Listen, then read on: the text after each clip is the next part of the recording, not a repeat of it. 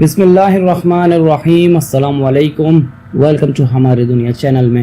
آگے بڑھنے سے پہلے چینل کو سبسکرائب کیجئے اور بیل کا آئیکن دبانا بالکل بھی نہ بھولیں تاکہ ہماری ہر ویڈیو آپ تک پہنچے۔ دوستوں، ایک بادشاہ کی عدالت میں کسی ملزم کو پیش کیا گیا۔ بادشاہ نے مقدمہ سننے کے بعد اشارہ کیا کہ اسے قتل کر دیا جائے۔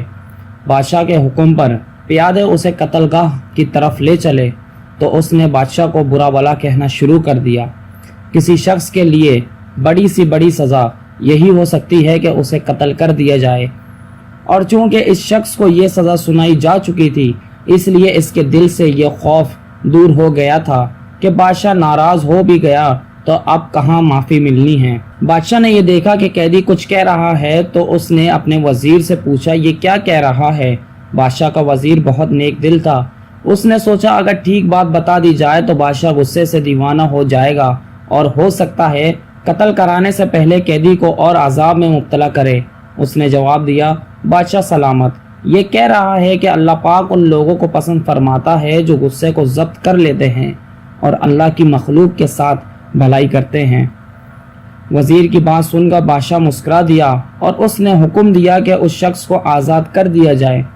بادشاہ کا ایک وزیر پہلے وزیر کے مخالف تھا اور بہت تنگ دل تھا۔ وہ خیرخواہی جتانے کے انداز میں بولا، بادشاہ سلامت، یہ بات ہرگز مناسب نہیں ہے کہ کسی بادشاہ کے وزیر اسے دھوکے میں رکھے اور سچ کے سوا کچھ اور زبان پہ لائے، اور سچ یہ ہے کہ قیدی آپ کی شان میں گستاخی کر رہا تھا، غصہ ضبط کرنے اور بھلائی سے پیش آنے کی بات نہیں کر رہا تھا۔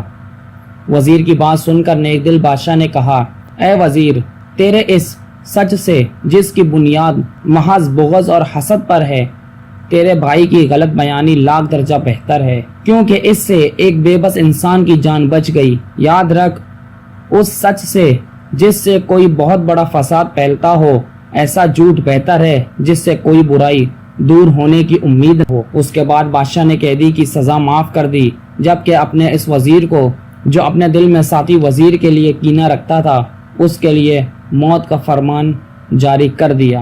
دوستو، وہ سچ جو فساد کا سبب ہو بہتر ہے نہ وہ زبان پہ آئے۔